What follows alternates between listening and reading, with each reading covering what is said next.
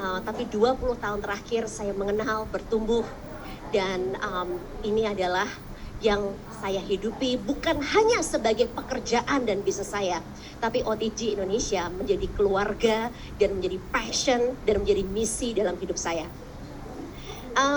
Teman-teman, 1 tahun terakhir ini saya lebih banyak tinggal di New Zealand. Kami diberkati dengan 2 orang putri yang mereka benar-benar lahir dan besar bersama dengan Nu Skin dan OTG. Anak saya yang pertama umur 20 tahun, saat ini sedang kuliah di Switzerland, tapi saat ini presently lagi ada di Hong Kong. Dia lagi magang di sana. Doakan semuanya lancar dan baik-baik saja ya. Anak saya yang kedua 15 tahun, Michelle, yang sebelum berangkat ke New Zealand tadinya adalah bagian dari peserta termuda kita di PSS, yang selalu menjadi tim player kita yang paling muda, dan saat ini sedang sekolah di New Zealand SMA. Dan itu kenapa saya dan Pak Roni hidup di antara 2 negara ya. Karena satu keluarga saya, anak kami membutuhkan kami ada di New Zealand, tapi satu keluarga kami, yaitu teman-teman semua OTG Indonesia, hati saya masih ada di Indonesia. So, itu kenapa kalau saya mengatakan saya bersyukur sekali Tuhan izinkan ya. Saya kembali Maret lalu dan Tuhan izinkan saya bisa pulang kembali ke Indonesia kali ini. Itu benar-benar sebuah anugerah yang luar biasa besar buat saya. Karena ini penting. Ini penting sekali buat saya, ini penting kalian semua. Setiap dari kalian penting buat saya dan Pak Roni dalam kehidupan kami.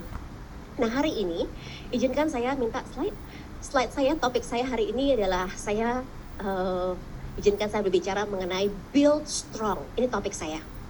Bagaimana membangun sebuah organisasi yang kuat, yang besar, yang kokoh. Nah, di sini teman-teman, siapa yang hadir di sini yang kepingin join Nu Skin, pingin punya penghasilan tambahan? Ada? Oke, siapa yang join Nu Skin pingin punya menggantikan penghasilan full time-nya?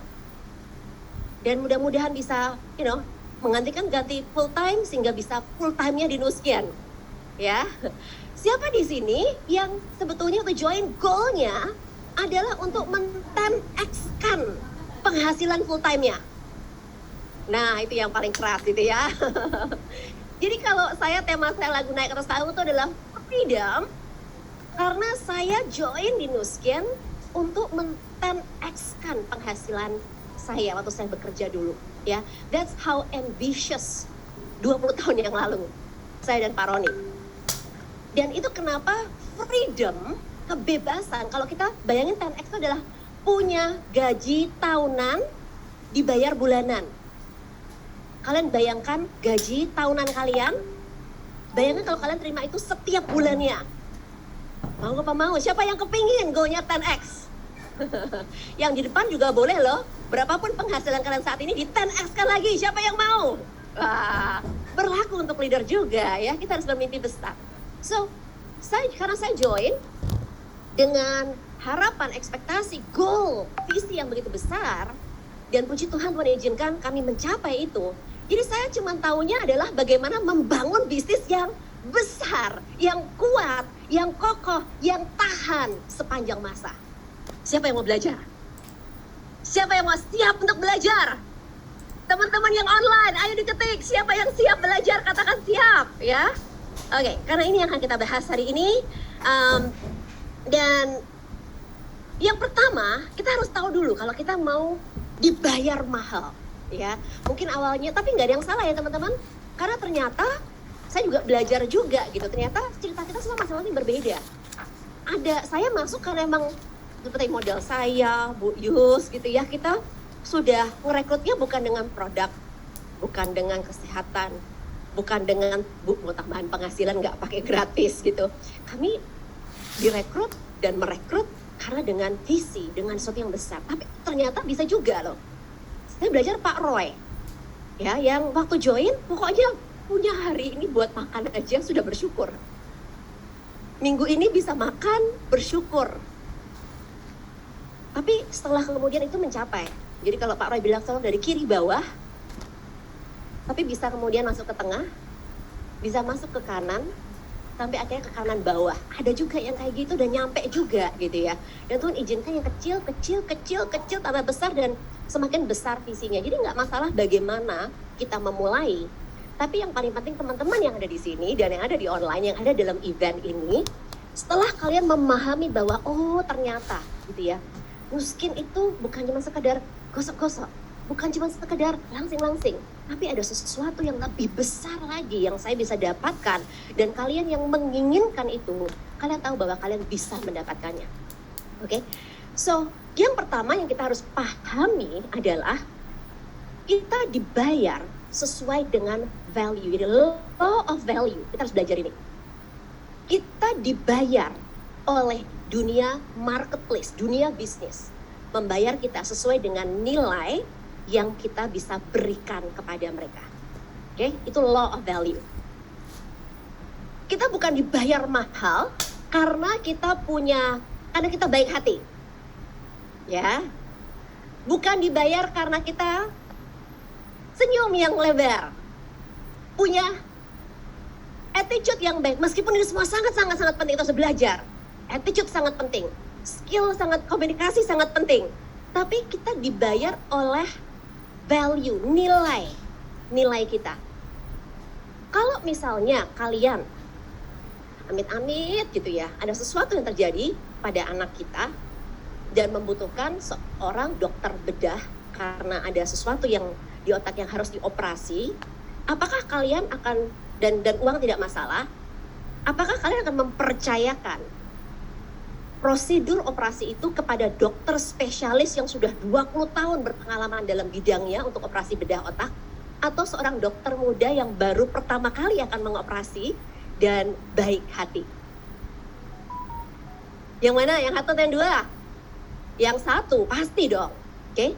Karena kenapa? Dokter spesialis yang sudah berpuluh tahun dalam bidangnya ya, lebih kompeten, lebih dipercaya, lebih bernilai daripada hanya sekedar baik saja. Ya. Jadi law of value bicara mengenai kita harus punya value, teman-teman. Kalau kita mau dibayar mahal, kalau goalnya besar, niat baik saja ternyata tidak cukup. Niat baik, maksud saya baik kok, tapi yang nangkep nggak nerimanya baik. Jadi niatnya baik, tapi kalau ternyata tidak tersampaikan dengan baik, nggak ditangkap dengan baik, nggak dikomunikasikan, nggak diterima, nggak ditangkap oleh baik sama customer kita, sama tim kita, seperti yang Mbak Adil tadi sudah ajarkan, tetap nggak nyambung. Dan saya ketawa membaca buku dari John Maxwell mengatakan bahwa ternyata neraka penuh dengan orang-orang yang berniat baik. Niatnya baik tapi ngerampok gitu. Ada perampok yang niatnya adalah saya mau menyelamatkan anak saya, jadi dia ngerampok misalnya. Maksudnya baik kan untuk menjaga anaknya, tapi tindakannya tidak baik dan tidak benar, akhirnya menjadi tidak baik. Oke, jadi poin saya adalah value. So kita harus belajar antara kalau kita mau mendalami industri ini, bidang ini, yang namanya networking, network business, kita harus mengerti bahwa ini adalah sebuah profesi, teman-teman. Siapa di sini yang backgroundnya adalah seorang profesional, akuntan, lawyer, notaris, dokter? Boleh angkat tangan nggak yang dalam ruangan? Ya, ada notaris, ada dokter, ada dokter gigi, ada insinyur, ya Mas Ardi, ada yang dokter spesialis, ada orang-orang yang bidang profesional dalam bidangnya. Saya adalah seorang profesional, akuntan. Bukan hanya harus sekolah 4 tahun, tapi kemudian tambahan lagi 3 tahun dan ujian untuk mendapatkan sertifikasi CPA atau CA, Chartered of Accountant. Gitu ya, sehingga akhirnya diakui oleh asosiasinya bahwa saya adalah seorang profesional chartered accountant gitu. Jadi 7 tahun sekolahnya, harus praktek kerja, ada ujian-ujiannya sampai akhirnya lulus profesional. Nah, dulu saya tuh malu banget kalau join Nuskin.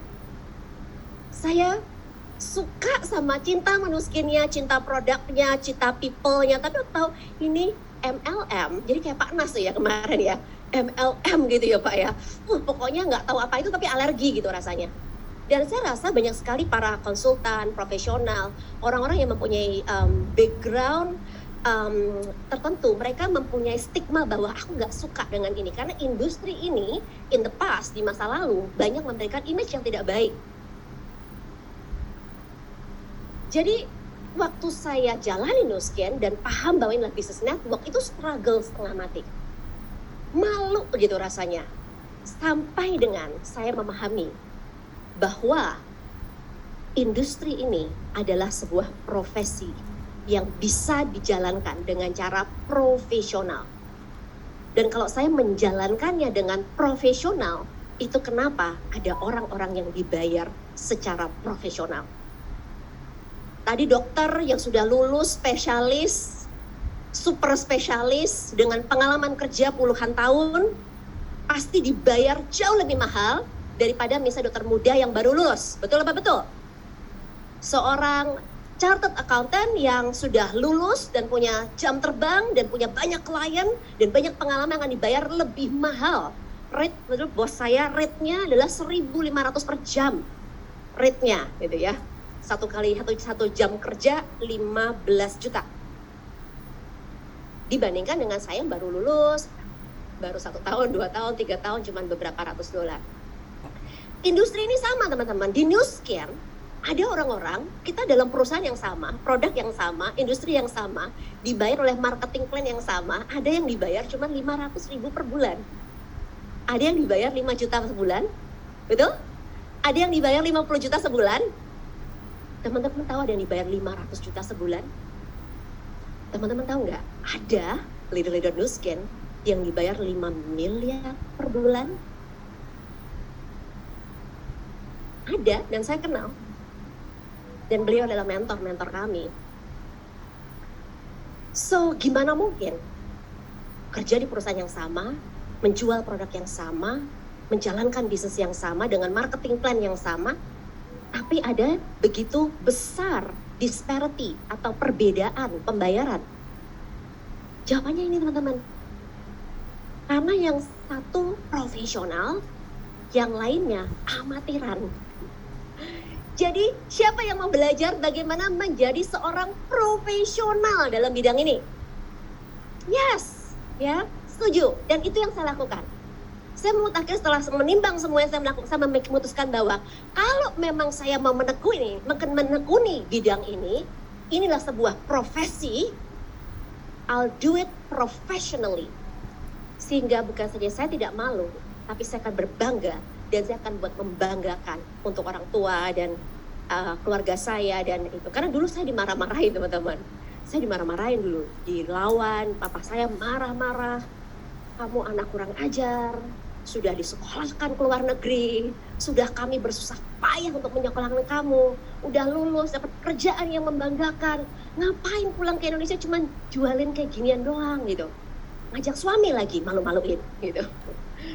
Kemarin beberapa teman tahu bahwa papa mama saya kemarin datang, kepingin nengokin gitu ya, kenal dengan beberapa teman-teman leader dan dia cuma sebentar aja nengok-nengok, ngobrol-ngobrol, minum kopi, pulang lagi gitu ya, dan bilang papa bangga gitu aja. Ya, so apa ya teman-teman, yang hal-hal seperti ini yang membuat apa ya, it's not the money, it's not the success, tapi mereka tahu bahwa bukan saja kami mendapatkan financial freedom-nya, time freedom-nya, tapi ada sesuatu yang lebih besar yang saya dan Pak Roni lakukan dalam kehidupan kami yang berbeda dengan just bisnis biasa. Dan itu yang tidak bisa didapatkan dari tempat manapun, ya. Oke, so let's belajar bagaimana menjadi seorang profesional. Untuk membangun bisnis yang besar, yang kuat, yang kokoh, yang bertahan lama dan selamanya, ada 3 tahapan teman-teman yang kita harus pelajari. Dan ini nggak bisa milih gitu kan, mau yang ini aja, mau yang ini aja. Ini adalah fondasi pertama, tanpa meninggalkan fondasi pertama harus masuk ke dalam fondasi kedua, dan fondasi kedua harus kemudian masuk dalam fondasi ketiga. Dan seberapa besar Anda menginginkan bisnis Anda, oke, it's your choice, nggak masalah sama sekali, tapi step ini tidak bisa dihindari. Oke, yang pertama adalah basic skill. Jadi kalau kita ngelihat, karena kebanyakan dari kita nggak punya backgroundnya MLM gitu ya, mungkin yang pernah join MLM lain pun mungkin cuman asal ikut, asal jalan-jalanin gitu, dan nggak pernah mengerti bahwa industri MLM atau network itu adalah sebuah industri yang memang harus kalau kita mau sukses dalam bidangnya harus menjadi kompeten. Keywordnya adalah kompetensi. Seorang notaris dibayar mahal karena dia kompeten dalam bidangnya. Betul nggak? Dokter dibayar mahal karena dia kompeten dalam bidangnya. Oke, kalau kita mau dibayar mahal dalam industri network, teman-teman, kita harus kompeten dalam basic skill dalam industri ini. Oke, nah apa itu basic skill? Yang pertama, ya, ngerti produknya nggak? Karena ini produk bukan kita yang menciptakan, orang menciptakan lebih passion. Kita nggak menciptakan, nggak banyak dari kita yang punya background peneliti atau ahli produk atau seperti itu. Jadi pelajari produknya, pakai, dan sambil kalian pakai, sambil kalian untuk sharing, nggak harus ngerti semuanya. Saya bicara untuk teman-teman yang untuk membangun profesi ini sebagai profesional. Nah, teman-teman ya, jangan informasi ini kemudian, oh saya disuruh belajar ini dulu semua sama Bulani baru bisa sukses. No, sambil di bisnis ini tuh adalah enaknya sambil belajar sambil dibayar, sambil belajar sambil dibayar. Jadi cara terbaik untuk kita belajar adalah dengan melakukan. Cara terbaik sambil belajar dengan produk, dengan pakai produknya. Cara belajar untuk marketing plan dengan menjelaskan bisnis plannya, sehingga punya pertanyaan. Dapat pertanyaan, kita presentasi marketing plan jadi ditanya orang kan, gak bisa jawab, kita harus belajar lagi. Oh iya ya, saya nggak ahli matematika, saya nggak ahli detail angka. Jadi ditanya orang nggak ngerti, tanya kesempatan untuk belajar lagi, jadi kita bisa menjelaskan, dan setiap pengalaman yang kita miliki menambahkan informasi dan kompetensi kita. Apalagi selain produk, marketing plan, belajar cara jualan. Siapa di sini yang suka jualan? Siapa di sini yang tidak suka jualan? Siapa di sini yang nggak angkat tangan? Nyatet ya, yang di rumah juga lagi seru. It's interesting, saya selalu tertarik untuk dapat feedback gitu ya, berapa banyak dalam satu ruangan orang yang tertarik jualan dan tidak. Saya nggak suka jualan dulunya. Sampai dengan saya memahami bahwa semua bisnis, ternyata esensi hidup adalah harus jualan. Kalau karena seorang ibu, kita harus jualan. Karena kita nggak tahu kita harus jualan sebagai seorang ibu, kita nggak belajar cara jualan, makanya kita nggak bisa membujuk anak kita untuk makan sayur dan sikat gigi dengan rutin. Ya toh? Jadi kalau kita sebagai seorang istri nggak belajar cara jualan, kalian nggak akan memenangkan kemana kita akan liburan berikutnya. Oh ya dong, kan harus didiskusikan gitu ya. Jadi jualan, kalau kita mau jadi pengusaha, pebisnis yang sukses, kita harus menjual. Jual produk, jual jasa, jual ide, jual apapun yang kita lakukan ternyata menjual. Jadi saya tuh sebelum masuk Nuskin karena profesional nggak merasa nggak gue banget gitu ya, nggak jualan banget. Setelah masuk mengerti bahwa oh ya gimana ya, satu paket. Kita nggak bisa punya bisnis yang besar, mau jadi pengusaha dan leader, tapi nggak mau jualan. Dan kita bukan, mungkin waktu jualan Nuskin, jualan Pharmanex, rasanya jualan produk. Itu latihan kita teman-teman. Jualan jasa, nawarin treatment. Basic jualan. Tapi kemudian kita beralih menjadi jualan bisnisnya.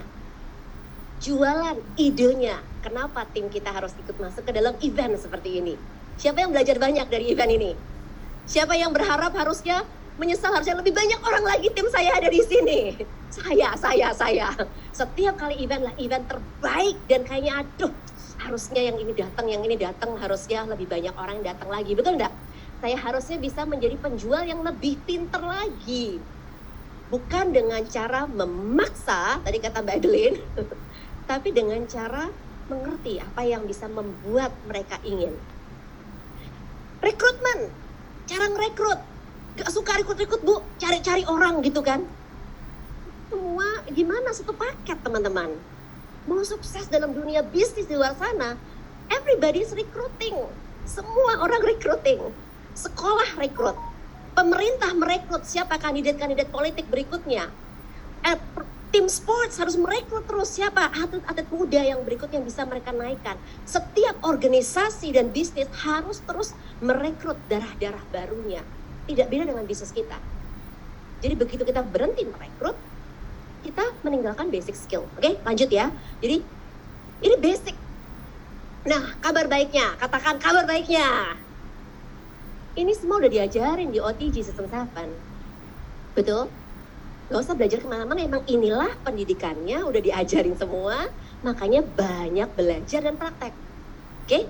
Kalau kita sudah semakin menguasai basic skills ini, yang kedua yang kita harus fondasi berikutnya adalah people skills. Ya, skill berhubungan dengan manusia. Siapa yang belajar banyak dari sesinya Mbak Adeline tadi?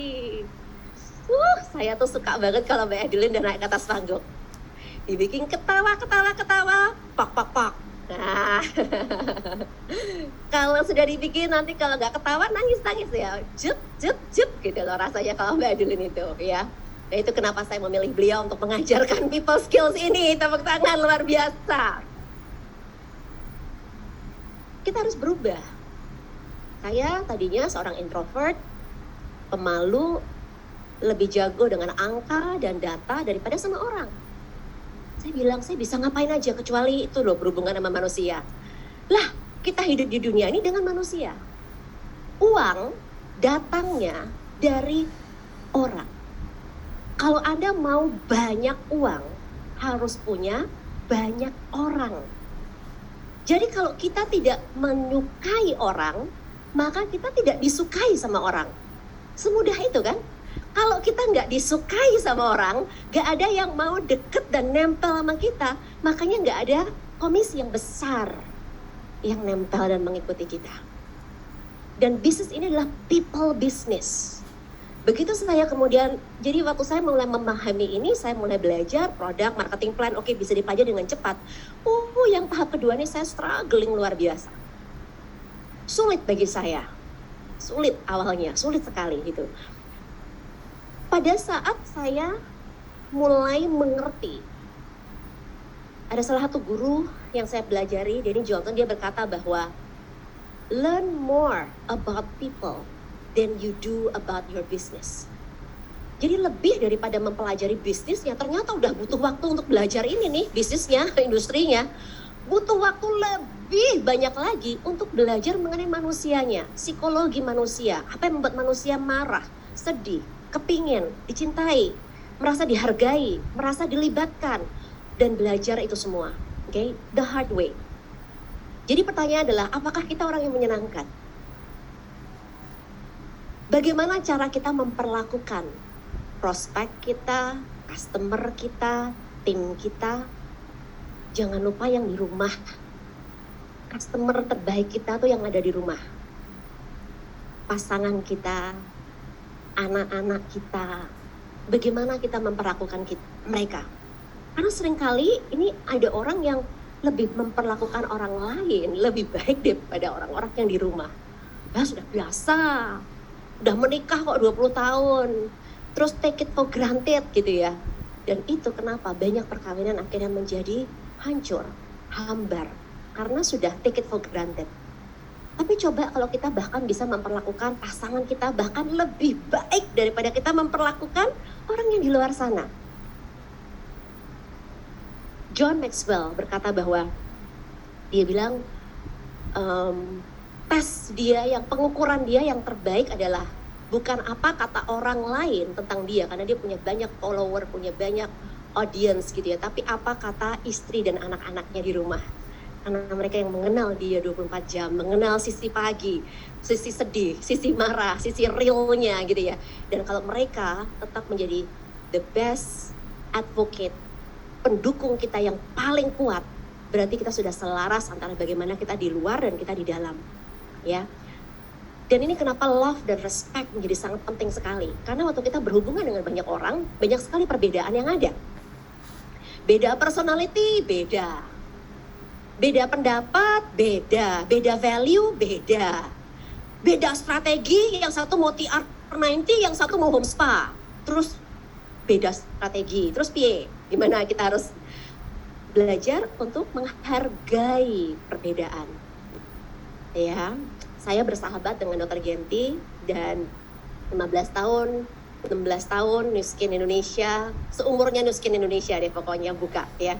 Dan kita melewati banyak hal bersama-sama, dan seringkali ya bahkan kita berteman dekat, bermitra dalam OTG dan Nu Skin, dan seringkali kita berbeda pendapat dan berseberang pendapat. Dan kita seringkali harus sepakat untuk tidak sepakat. yang ini aku sepakat, yang ini aku tidak bisa sepakat. Tapi let's respect each other. Ini yang kepercayaanku saat ini yang menjadi kepercayaan. So, gimana kita mau resolve ini? Bagaimana kita akan move on? Sehingga apa? Kalau kita saling menghargai, kita bisa move on dan tetap bekerja bersama-sama. Lah bayangin kalau misalnya nggak cocok sama Mbak Adeline, wes aku kerja sendiri gitu kan. Nggak cocok sama Mbak Yuni, oke pisah sendiri. Akhirnya karena nggak ada kita, Tuhan menciptakan kita so unique. Nggak ada satupun manusia lain yang seperti kayak kita, persis plek. Setuju? Jadi kalau kemudian semua orang yang berbeda dan semua orang berbeda, yang kita nggak bisa bersatu dan bersama, maka kita nggak bisa kerja dengan siapa-siapa. Ya, so we learn this. Ini skill. Jadi bukannya I don't feel like it atau bukannya aku nggak bisa, aku nggak bakat, nggak ada itu. Tinggal mau atau tidak belajar gitu. Kalau udah mengerti belajar, mau melakukan atau tidak gitu ya. Yang ketiga, wah ini karena udah ada orang-orang juga kemudian sudah menguasai bisnisnya, basicnya, menguasai manusianya, leadership skills. Leadership pada akhirnya yang menentukan apakah dengan semua yang sudah kalian ketahui, apakah kalian akan melakukannya atau tidak. Dan sini saya sering kali ngeliat orang ini berbakat, orang ini pintar, orang ini udah tahu semuanya, tapi kenapa mereka tidak bisa membangun organisasi yang besar? Karena stucknya di leadership. Leadership adalah kemampuan kita untuk melakukan apa yang benar. Oke? Dan ada tahapannya juga ya. Mulai dari memimpin diri sendiri, mulai dari kemudian kalau kita konsisten memimpin diri sendiri, maka pasti akan ada yang ngikutin kita. Itu udah pasti. Setelah ada yang ngikutin kita, kemudian yang level ketiga, bagaimana yang ikut kita, leader pun mau bisa memimpin, leader yang memimpin para leadernya lagi. Oke, jadi leader yang memimpin diri sendiri, leader yang kemudian memimpin timnya, dan leader yang memimpin para pemimpin lainnya. Dan untuk itu, kenapa kita dibayar sangat mahal oleh Nu Skin. Oke, dan ini yang saya mau ajarkan dan duplikasikan kepada kalian. So, tapi let me kembali ke basic gitu ya, leadership buat teman-teman yang masih baru. Saya mengerti bahwa tantangannya adalah kebanyakan dari kita waktu masuk ke Nu Skin, mengenal industri ini, kita nggak merasa kita adalah seorang leader. Siapa di sini yang merasa saya bukan seorang pemimpin? Oh, ada tim elit milioner yang angkat tangan. Mungkin dulu kali ya, dulu. Yang di belakang merasa leader semua? Yang online merasa leader semua? Oke, saya balik. Kayaknya pertanyaan saya salah berarti. Siapa di sini yang merasa adalah dirinya adalah seorang leader? Udah semua. Dan siapa di sini yang merasa, jujur aja enggak apa-apa gitu kan, yang kita supaya saya punya feedback. Siapa sih yang merasa bahwa dirinya bukan seorang leader? Belum. Sudah pintar-pintar diajarin Bu Yus growth mindset ini. Karena bukannya ndak, belum gitu ya, pintar. So, it's a good question. Ya. Karena saya waktu join Nu Skin, saya tidak merasa saya seorang pemimpin. Lebih banyak orang kira-kira yang merasa dirinya bukan pemimpin daripada pemimpin, betul enggak? Yang merasa dirinya pemimpin, sebetulnya bukan pemimpin, karena cuma lebih suka nyuruh-nyuruh sama bosi-bosi aja. Oke? Dan John Maxwell bilang, pakar leadership mengatakan bahwa kalau kita pikir kita adalah seorang pemimpin, dan kita bilang, let's go! Dan kita mulai merasa kita memimpin, tapi tidak ada yang mengikuti, maka kita hanya jalan-jalan saja. Karena orang-orang yang ikut. So this is the kompleksitas dari sebuah leadership, teman-teman. Banyak orang nggak merasa, kenapa kita krisis leadership. Dunia ini tuh krisis leadership. Tidak banyak yang bahkan mau aja nggak jadi leader. Tahu aja nggak bahwa mereka sebetulnya Tuhan ciptakan adalah seorang leader. Yang merasa mereka leader belum tentu good leader. Jadi nggak ada yang mau ngikutin. Right? Kabar baiknya, katakan kabar baiknya. Ini sebuah skill. Bukannya bakat, bukannya takdir. Just like people skills. Manusia bisa berubah, saya bisa berubah, Mbak Adeline bisa berubah. Dan teman-teman bisa berubah kalau mau belajar. Leadership adalah sebuah skill. Tapi izinkan saya membuka pikiran dulu teman-teman bahwa kita semua adalah leader. Kalau kalian punya anak, otomatis sudah pasti kalian adalah seorang pemimpin yang dilihat oleh anaknya. Mau tidak mau, suka tidak suka. Semakin cepat kalian menerima bahwa kalian adalah seorang leader, semakin cepat kalian sadar, saya tidak tahu apa-apa tentang leadership, dan saya harus belajar tentang leadership, melatih leadership saya, supaya saya bisa menjadi contoh yang baik buat anak-anak saya. Sepakat? Karena kita tidak bisa mimpin, ayo nak, belajar, kita sendiri tidak mau belajar, ayo kerja keras, nyuruhnya dari ranjang sambil goyang-goyang kaki, kitanya sendiri tidak kerja keras. Karena jauh lebih efektif kita memimpin dengan melakukan dan memberi contoh, daripada ngomel dan ngasih instruksi pemerintahan, merintah kepada anak-anak kita. Saya tuh, Michelle, anak saya di rumah tuh, kalau sekadar iseng nonton Super Nanny. Kalian pernah nonton Super Nanny nggak? Itu TV show yang zaman kuno, ada super nanny yang membantu menyelamatkan keluarga-keluarga, ngajarin mereka caranya mendidik anak-anak mereka. Parenting gitu ya, bully style. Bully style. Tapi menarik sekali gitu loh ya, karena kenapa? Commonnya semua sama, problem yang ditangani oleh super nanny itu. Yang orang tuanya mendidiknya pakai mulut. Jangan gitu, ayo gitu ini. Merintah aja gitu, ngomel gitu ya. Dan nggak pernah melakukan, mendidik dan membangun gitu. Itu seorang ibu, begitu saya mengerti bahwa saya begitu saya sudah punya anak, itu tanggung jawab leadership besar sekali terhadap hidup kita. Kalau kalian adalah seorang istri, kalian adalah pemimpin. Kenapa?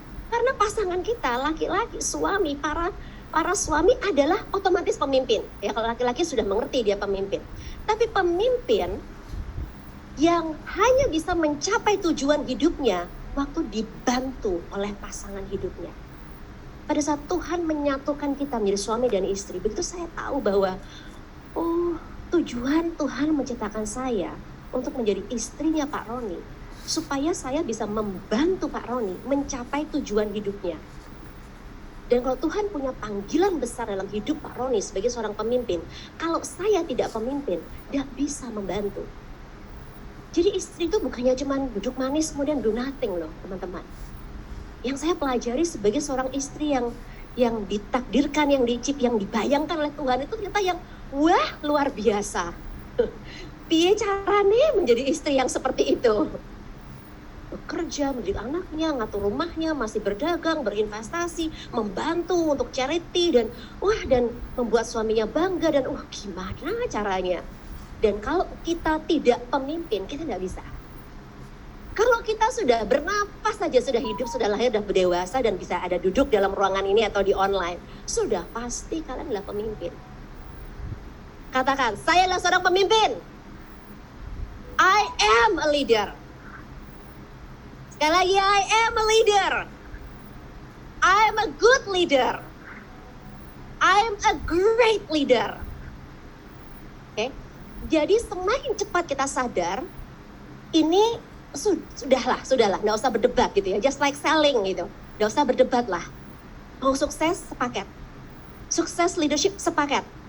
We are a leader. Semakin cepat kita menerima penerimaan ini, semakin cepat kita bisa belajar, semakin cepat kita bisa berlatih dan menjadi lebih baik dan lebih baik dan lebih baik. Tadi di VIP room saya ngobrol sama Mbak Yuni, ya Mbak Yuni ya. Saya mengucapkan selamat dan apresiasi saya yang luar biasa untuk keberhasilan mereka, dan saya bilang saya memahami sekali gitu ya, kalau Blue Diamond dan tim Elite itu recognition kita masih nangis-nangis gitu, nangisnya beda. Blue Diamond, tim Elite dan milioner nangisnya beda. Saya bilang kalau Blue Diamond sama tim Elite nangisnya tuh masih dengan rasa sakit karena kerja keras ya. Ya Mbak Atika, kayak pokoknya perjuangan gitu. Tapi seorang milioner itu yang pada saat dia mencapai posisi karena dia tahu dia sudah membuat dampak yang lebih besar, it's not about mereka lagi. Dan saya tadi tambahkan sedikit bahwa Mbak Yuni, yang buat saya menangis kemarin malam adalah waktu saya melihat bukan saja dampak yang mereka berdua berikan untuk tim mereka, untuk lingkungan mereka, untuk kita semua dalam OTG Indonesia, tapi the biggest impact adalah apa yang anak-anak mereka akan dan sudah terima, dan mereka akan menjadi seperti apa karena mereka sudah bayar harganya sekarang. Anak-anak mereka akan menjadi pemimpin besar di masa depan, teman-teman. Kenapa? Karena bapaknya leader, ibunya leader. Dan anak-anak mereka dipersiapkan sudah otomatis karena gitu kan. Gimana ibu rumah tangga dengan 6 anak harus mempersiapkan, kalau nggak efisien dan efektif mengatur rumah tangganya, nggak bisa mimpin bisnisnya soalnya. Right? Jadi, jadi kita mau bicara mengenai impact the next generation. Mulai dengan kita menjadi seorang pemimpin. Latihannya di New Skin. Gagal, cari lagi. Gagal, kan kita harus, tadi ingat saya bikin, buat kesalahan yang banyak. Semakin cepat kita gagal, semakin cepat kita belajar menjadi lebih baik. Nah, produk akhirnya adalah anak-anak kita yang di rumah. Yang akhirnya akan menjadi legacy kita, warisan kita seumur hidup. Untuk menjadi ibu yang terbaik. Belajar menjadi pemimpin yang terbaik. Saya belajar dan diajar di New Skin menjadi upline yang harus berubah.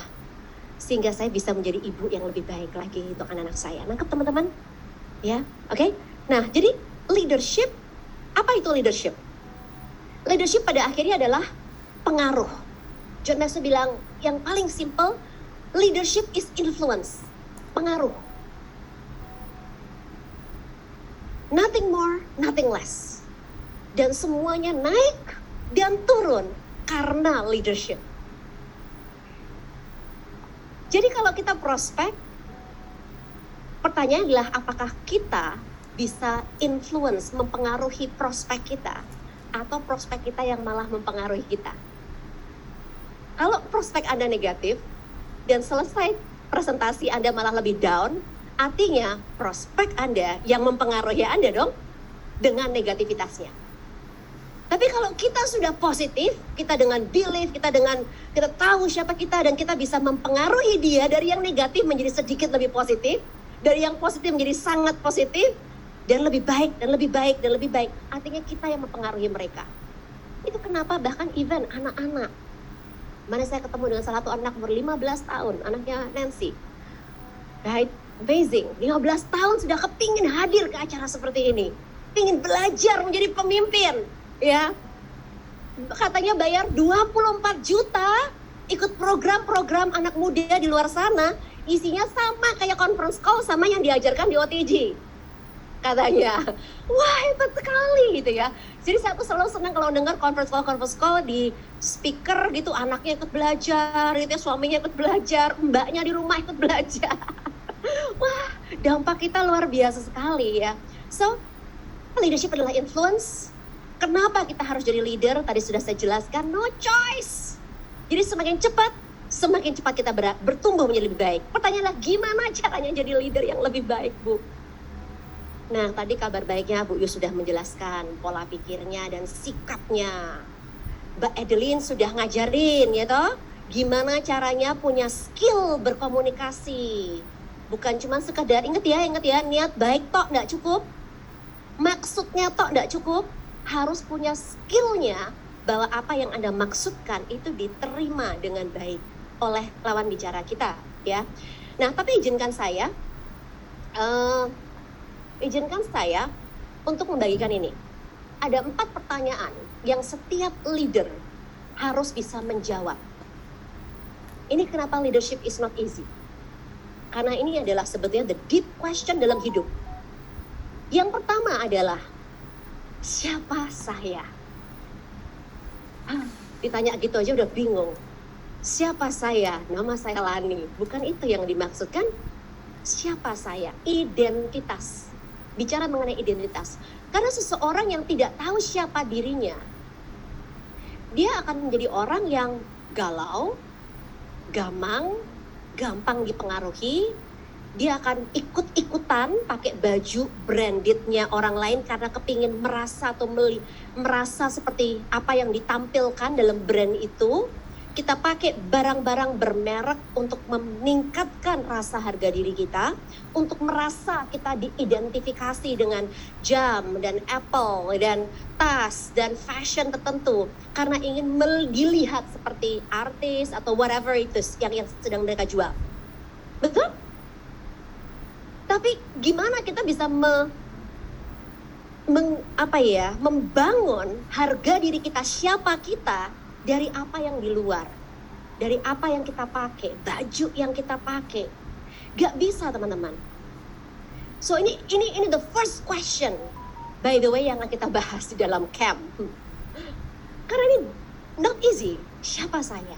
Siapa saya? Siapa identitas saya? Apa identitas yang Tuhan bangun dan intensikan dan maksudkan untuk saya? Kalau kita selaras, identitas kita selaras dengan apa yang Tuhan maksudkan dalam hidup kita, maka Anda nggak akan ada masalah untuk menavigasi hidup teman-teman. Setuju nggak? Ya, nah tapi inilah perjalanan ya. Saya pun juga menemukan nggak langsung kan ya. Pertanyaan kedua adalah purpose, tujuan. Apa tujuan hidup saya? Kenapa saya ada di dunia ini? Apa sebetulnya tujuan Tuhan dan panggilan Tuhan dalam hidup saya? Itu gampang nanyanya, susah jawabnya. Apa ya tujuan hidup kita ya? Jadi tragedi terbesar dalam hidup ini bukan kematian. Tapi orang-orang yang hidup tapi nggak tahu tujuan hidupnya. Dia sudah mati, badannya masih hidup, tapi tinggal tunggu dikubur aja. Karena kayak zombie yang bangun pagi, kerja, melakukan rutinitas, tambah tua, akhirnya dipanggil Tuhan dan gak pernah menemukan kenapa dia dipanggil di dunia ini, apa panggilan hidupnya. Dan bersyukurlah kita sudah menemukan panggilan hidup kita. Karena kalau gimana caranya tahu orang udah ketemu panggilan hidupnya? Ayo, gimana caranya? Bagaimana caranya Anda tahu Anda sudah menemukan tujuan hidup? Gak usah jauh-jauh, coba lihat para role model yang udah naik ke atas panggung, yang sudah jadi leader, para upline tim elite dan milioner kalian. Apa? Passion. Orang yang menemukan tujuan hidupnya, dia punya passion. Passion itu semangat yang membara-bara. Kita bisa teriak, tapi gak tahu kenapa kita semangat. Tapi orang yang menemukan purpose dalam hidupnya, gak perlu dimotivasi, dia sudah termotivasi. Dia bangun pagi dengan lompat dan semangat karena dia sudah gak sabar untuk memulai harinya. Dia akan bangun lebih pagi, tidur lebih malam, kerja bukan lagi untuk dibayar atau tidak dibayar, tapi dia udah tahu kenapa aku harus melakukan ini. I have a purpose dalam hidupku. Yang ketiga, talents. Apa? Talenta, gift yang kita miliki. Karena Tuhan melahirkan kita unik dan kita punya kelebihan kita masing-masing. Dan gimana kalau misalnya ternyata kita kenapa perlu dalam komunitas untuk memberikan, mengasah, membangun potensi kita dan saling melengkapi. Itu salah satu yang terindah dari komunitas ini adalah kita saling melengkapi dengan gift dan karunia yang Tuhan berikan dalam hidup kita. Bayangkan dokter yang jadi leader, yang bisa jadi dancer. Ya kan, itu cici saya bisa jadi satgas yang kalau di rumah baik gitu, sih bisa tegas gitu ya. Itu gift, ternyata giftnya dia, saya terkagum-kagum gitu ya. Banyak hal yang mereka bisa lakukan, saya nggak bisa lakukan. Banyak saya bisa bicara mengenai setiap orang yang saya kenal dalam ruangan dan melihat, wow, ada hal yang Mbak Adeline bisa lakukan, saya nggak bisa lakukan. Ada hal yang Pak Abi lakukan, saya nggak bisa lakukan gitu. Itulah kita saling melengkapi, tapi untuk tahu apa bakat saya, apa kelebihan saya, dan juga tahu apa yang menjadi kekurangan saya, itu kenapa saya mau dalam komunitas, karena saya memberikan kelebihan saya, kita saling melengkapi dan akan menutupi kelemahan kita. Destiny, leader harus tahu kemana mereka akan pergi. Orang mau ikut dengan orang yang tahu kemana mereka akan pergi. Gak ada orang yang mau tahu, yang mau ikut yuk kemana gak tahu, jalan-jalan aja. Cuman muter-muter ntar balik lagi. Gak punya tujuan, kengangguran. Jadi itu kenapa goal. Kita terus gembleng goal. Tapi lebih daripada goal teman-teman, dream. Apa your dream? Karena dream itu visi. What's your vision? Apa visimu? Purpose, apa purpose-mu? Orang mau ikut kemana kita pergi karena kita punya tujuan yang jelas. Dan orang yang punya tujuan lebih jelas, yang diikuti lebih banyak orang. Sesimpel itu. Nah, This is baru awareness kalau Aro baru pertama kalinya Anda mendengar ini gitu kan. Dan ini perjalanan, nggak satu kali langsung dapat semua jawabannya. It's perjalanan yang kita lewati bersama-sama teman-teman. Dan itu kenapa kita mengadakan seperti camp gitu ya, supaya kita bisa membantu teman-teman untuk menggali keempat ini. Excited untuk camp by the way. Excited untuk camp Februari. Kita yang kurang excitednya karena ternyata kami baru dengar kabar bahwa PSS Camp sudah sold out completely. Itu yang kurang excitednya, karena sebenarnya kami ingin sekali membantu lebih banyak orang-orang, teman-teman untuk menjadi leader dan melahirkan ribuan leader di OTJ Indonesia. Oke, so this is PR, oke? Bukan hanya dipikirkan, ditanyakan, didoakan, ya. Nah, bagaimana saya menemukan ini? My story. So 2006, 2007 ya. Saya menjadi Blue Diamond, Indonesia buka 2005, 2006 kami saya menjadi Blue Diamond, waktu itu Pak Roni belum gabung. 2007 setelah menjadi Blue Diamond, penghasilan sekitar 50-70 juta per bulan. Tapi justru di titik itu saya justru yang paling desperate dalam hidup saya, bahkan lebih down daripada sebelum saya sukses dengan Nu Skin. Dan di titik itu kami sudah merasa mencoba banyak hal. Every seminar, training, terbang ke Amerika, Singapura, Thailand. Siapapun bilang apapun kita lakukan. Kita sangat coachable sekali. Apa yang harus kita lakukan untuk mendapatkan kesuksesan yang kami inginkan gitu ya. Dan bukannya tidak ada hasil, tapi kerasanya kok bukan ini yang saya cari. Ya. Ada sesuatu yang lebih besar yang saya cari. Yang pada saat itu saya pikir saya ingin punya goal keuangan yang lebih besar. Penghasilan 50-70 juta, ekspektasi saya 400-500 juta. Jadi saya pikir saya ingin punya goal yang lebih besar gitu ya. Tapi ternyata saya tahu sekarang teman-teman, yang saya cari itu bukan uang yang lebih banyak. Saya kepingin hidup saya lebih berarti. Okay. Tapi pada saat itu titik pertemuan saya menemukan purpose dalam hidup saya pada saat 2007 setelah berapa tahun gitu ya, berdoa, mencari, belajar, seminar, sempat ke New Zealand, melahirkan anak saya yang kedua, 6 bulan itu makan tidur nungguin anak lahir gitu ya, menikmati passive income, bersyukur untuk Nu Skin gitu. Tapi tetap ada sesuatu yang saya butuh gitu. I need Tuhan apa yang masih missing, apa yang masih kosong dalam hidup ini. Karena saya khawatir kalau cuma sukses rasanya kayak gini, nggak mau amat gitu ya. Sukses itu bukan ini yang saya cari gitu. Dan kalaupun saya mencari uang lebih banyak lagi, kayaknya kosongnya lebih banyak lagi juga gitu. Jadi ada something yang missing. Dan di situ saya menemukan bagaimana goal berubah menjadi purpose. 2007, seorang teman bersahabat baik saya dan Pak Roni mengajak kami waktu itu suatu trip ke Bandung. Pada saat itu in the car 2 jam kita ngobrol banyak, dan dia mengatakan setelah mendengarkan keluh kesah kami gitu ya, kita waktu itu mau investasi properti, mau bikin apa dan lain sebagainya. Dia cuma berkata bahwa Ron, kalian tuh nyari apa sih? Apa yang kalian cari dalam hidup? Kalian nyari sukses, kalian mau punya uang lebih banyak. Apakah power yang kamu cari? Is it power? Is it influence? Is it duit? Is it ketenaran? Apa sih yang kalian cari? Terus dia mengatakan, kenapa enggak kamu cari Tuhan dulu? Seek first, cari dulu kerajaan Allah dan kebenarannya. Maka semuanya akan ditambahkan kepadamu. Karena ternyata dalam gini loh, kamu mau duit, sukses, itu yang paling rendah yang Tuhan ingin berikan dalam hidup kita. Kalau itu yang kamu cari, kalaupun ketemu, ya sudah, gak dapat apa-apa. Tapi kalau kamu nyari Tuhan, kamu nyari kebenaran, kamu nyari kerajaan Allah, kamu memprioritaskan apa yang benar, maka semuanya itu akan banyak sekali kedamaian, sukacita, ketenangan, dampak, pengaruh yang jauh lebih berharga dalam hidup ini Lebih daripada udah pasti dapat duitnya. Waktu itu kami masih bodoh banget, cuma bilang, iya juga ya, kenapa enggak? Kita udah nyoba semuanya kok.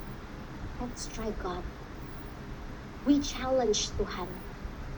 Tuhan, where are you? Kami orang yang beribadah dari kecil, tapi kami nggak pernah menemukan tujuan hidup kami. Tapi di tahun itu, dengan hati yang berubah dan bersungguh-sungguh berdoa, dan tanya sama Tuhan, Tuhan, what is your purpose in my life? Karena nih mau quit New Skin gak bisa, mau nyari bisnis lain ya gak gampang, mau di sini kok ya angelnya setengah mati, ngurusi manusia yang gak mau diurusin juga. Kayaknya gak tahu mau ngapain gitu kan. So apa yang harus kita lakukan? Tapi mau quit gak bisa. Mau quit tuh nggak bisa gitu ya. Setiap kali mau keluar melenceng dibalikin lagi gitu ya. Akhirnya kami merubah doanya. Tuhan, kalau Tuhan nggak izinkan saya quit Nu Skin, mau ya ditunjukin saya harus ngapain di Nu Skin. Saya berdoa untuk minta purpose. Dan di tahun itu tahun yang merubahkan hidup saya. Karena Tuhan mulai ternyata ya teman-teman, boleh nggak saya bongkar rahasia? Sama Tuhan tuh gampang kok. Semudah ternyata minta. Bukan minta duit. Doanya harus bener gitu loh. Tuhan, tunjukin saya apa tujuan. Kenapa saya ada di sini dan apa yang harus saya lakukan. Karena sudah nyoba semuanya dan gak ada yang memberikan hasil. Show me. Dan semudah itu Tuhan mengubahkan hati saya. Di tahun itu tahun yang luar biasa karena Tuhan menggantikan apa yang ada dalam hati kami, dalam hidup kami. Saya lahir di Indonesia, saya besar di luar negeri teman-teman. 15 tahun saya besar di New Zealand. Jadi upbringing saya nggak besar di Indonesia. Aduh, terima kasih Mbak Atika. Dan tahun itu, I don't know why, saya dulu kalau boleh ngaku, saya tuh jujur malu kalau ditanyain dari mana, dari Indonesia gitu, malu saya kalau di luar negeri. Kenapa? Karena image saya Indonesia itu memalukan. Miskin, kotor, penuh korupsi. Saya kalau pulang ke Indonesia itu kayak di imigrasinya itu udah takut gitu. Kayaknya ini pasti ada cari-cari saya diapain gitu kan. Ada, pokoknya tuh penuh dengan ketakutan gitu ya. Jadi akhirnya tuh image tuh malu sekali gitu. Di luar negeri itu pengen tidak membanggakan gitu ya, kalau kamu dari negara third world country itu. Tapi tahun itu berubah. Tuhan timbulkan rasa cinta yang amat sangat, yang besar dan membara-bara gitu. Tadi bangun pagi dengan semangat pagi dan ada sesuatu yang meluap-luap dalam hidup saya dan bilang, I don't know why, I don't know how, tapi I love Indonesia. Dan untuk bilang bahwa I love Indonesia means I love the people. Dan tiba-tiba semua tadi saya pelajari, bukannya nggak belajar kan ya people skills, tapi nggak bisa-bisa. Tapi karena hatinya berubah, Tuhan ubahkan hati saya, sikap hati itu berubah. Tiba-tiba semua yang saya sudah pelajari dan berusaha latih tadi itu, tiba-tiba menjadi lebih baik. Dan saya mulai memenangkan hati orang. Dan saya mulai bertemu dengan Buyus. Dan memenangkan hati Buyus setelah 8 bulan follow up. Saya mulai bertemu tahun itu dalam 6 bulan saya merekrut 8 frontline eksekutif dengan cara yang sangat ajaib. Kami menjadi the first team elite di Indonesia.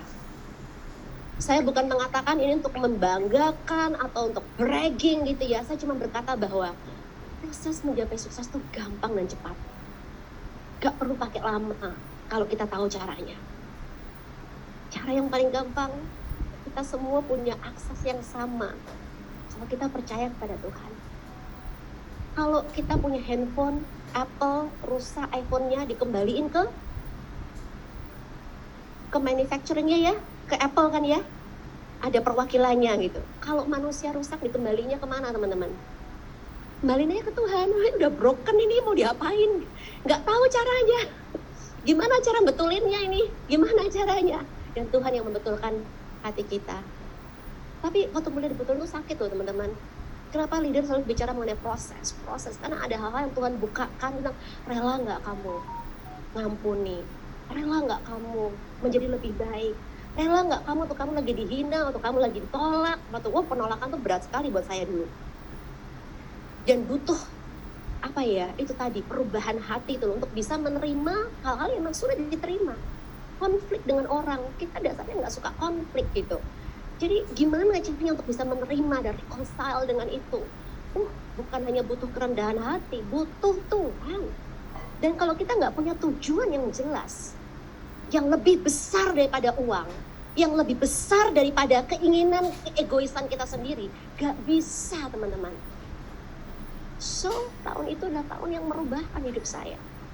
Dan bukan hanya kemudian title datang, tahun 2009 jadi tim elite, tahun 2010 bisnis kita berkembang 300%, 3 kali lipat.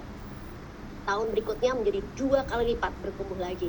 Tahun depannya dalam waktu 6 bulan kami menjadi tim elite, jadi menjadi $1 million circle member. Dalam 2 tahun setengah berikutnya menjadi milioner.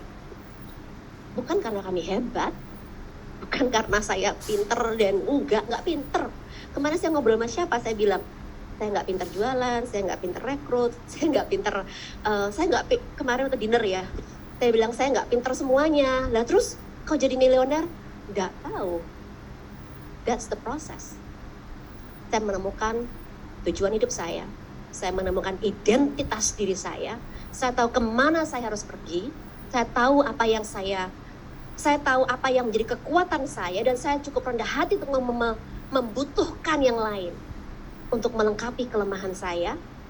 I stay in my strength zone, saya tahu kemana saya mau pergi, dan kita berangkat bersama-sama, dan Tuhan izinkan, Tuhan membukakan setiap pintu yang tidak pernah terbuka sebelumnya. You wanna work akselerasi, mau membangun bisnis yang besar, bisnis yang memuliakan Tuhan dan menghargai manusia.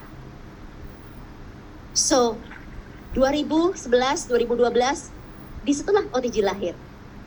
OTG lahir, dan akhirnya banyak leader-leader yang lahir, dan kita membentuk visi, misi, dan DNA yang mudah-mudahan sekarang bisa kami duplikasikan dan dengan cepat, dengan kita udah ketemu, ini loh pelajaran yang kita lewati. Dan kalau teman-teman yang masih baru mengenal ini dan mau mendapatkan shortcutnya, ya ini gitu kan, visi, misi, dan value OTG DNA ini yang bukan hanya sekadar tahu, tapi dihidupi. Okay? Saya berdoa sungguh-sungguh apa yang saya bagikan bermanfaat buat teman-teman semua, dan ketahui bahwa bagian kita cuma melakukan yang terbaik. Just do your best, lakukan yang terbaik. Tuhan tahu betapa terbatasnya kita, tapi I promise you teman-teman, kalau kalian melakukan yang terbaik tuh artinya sudah every night tuh kalian pulang dan ngaca gitu ya, dan Lani, have you done your best today? Have you done, it's not perfect, tapi have you done your best today? Dan kalau setiap hari kita bisa mengatakan, I've done my best, dan saya melibatkan Tuhan dalam hidup saya, percaya bahwa Tuhan akan melakukan bagian yang kita tidak bisa lakukan. Percaya? Itu yang menjadi doa saya semua teman-teman, untuk kalian selesai dari PSS ini. Kalian terus, mungkin kami terbatas. Conference call, System 7, para leadership, tapi percaya teman-teman, kalian yang memutuskan untuk bersatu di dalam OTG Indonesia komunitas ini, kalian yang setuju untuk submit dan mau tertanam di dalam komunitas ini, supaya bisa berakar hidup kalian, supaya bisa bertumbuh dan punya buah yang manis dan indah dan dinikmati oleh orang sekeliling kita. Dan saya berdoa kalian akan dilipat gandakan, sehingga 100 tim elite, 1000 ruby, pasti bisa. Terima kasih. Talking about free.